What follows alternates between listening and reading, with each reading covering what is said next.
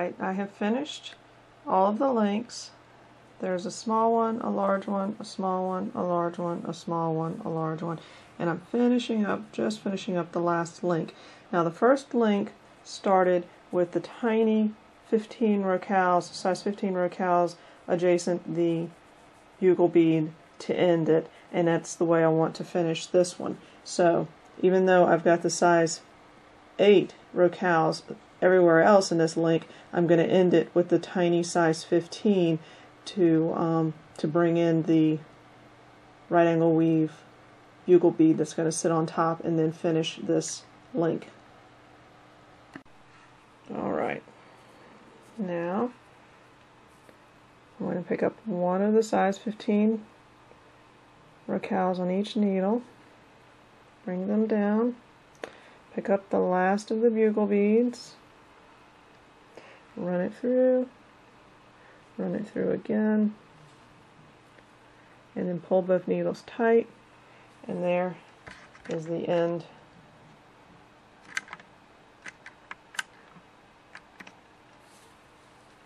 of the bracelet. Next, I am going to attach the French wire, but before doing that, I want to string one more rocal on the end here so that the French wire can nestle down inside the top of that bead and give it a cleaner look. So there, now I'm ready to get my French wire and string it and begin attaching the clasp. After adding my extra rocal bead on top of the bugle bead here, I'm ready to add the French wire, and I have one strand for each needle. And French wire, if you're not familiar with it, is a finely coiled metal, usually silver plated or gold plated, and it protects the line from wear and tear and abrasion from the clasp. So I've got French wire on both, and I am going to string both wires through the clasp. Okay, we're going to string our second thread through, and then because we're doing a right angle weave, we're going to go back through that top rocal that we added,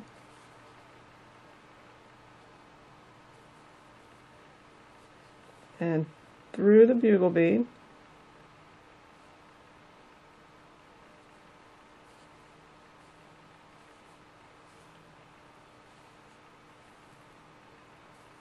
and that's going to pull that section of the clasp tight. And we're going to do the opposite with this needle, go through that top rocal,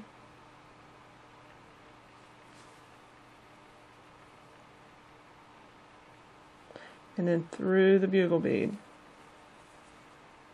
and out the other side.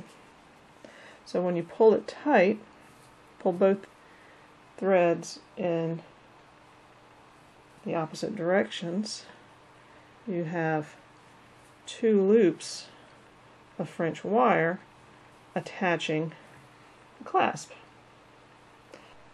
Alright, I've brought it down through the first sets of beads here and crystals through the point where they cross over to form the right angle weave, and that's where you can really set the tension so that the French wire is nicely seated, and then you can continue to go through and work it through until you get to a point where you can tie it off.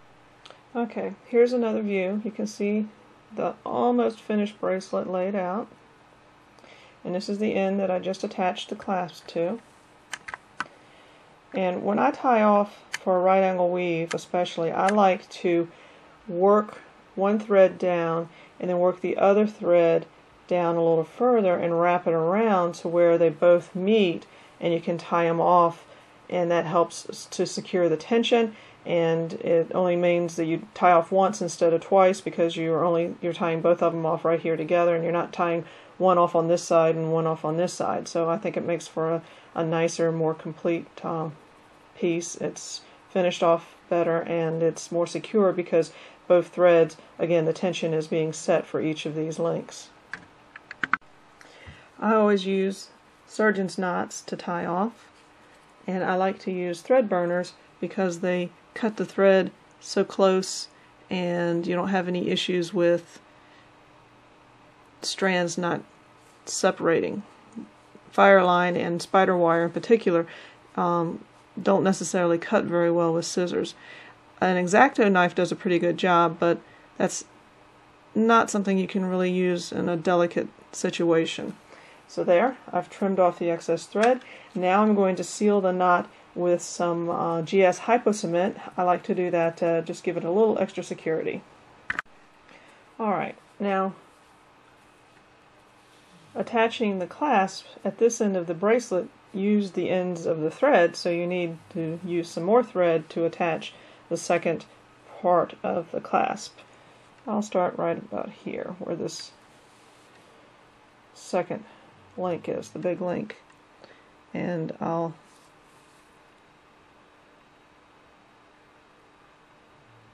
just start by going through the big crystal. There, that's hard to see and do it on the camera too at the same time. Alright, pull it through. So all I did was run one side of the needle through that the first big crystal there in the bracelet. Take it out a little bit. There. Now I'm going to center it, and then I'm going to start to weave my way up through the bracelet until I get to the end.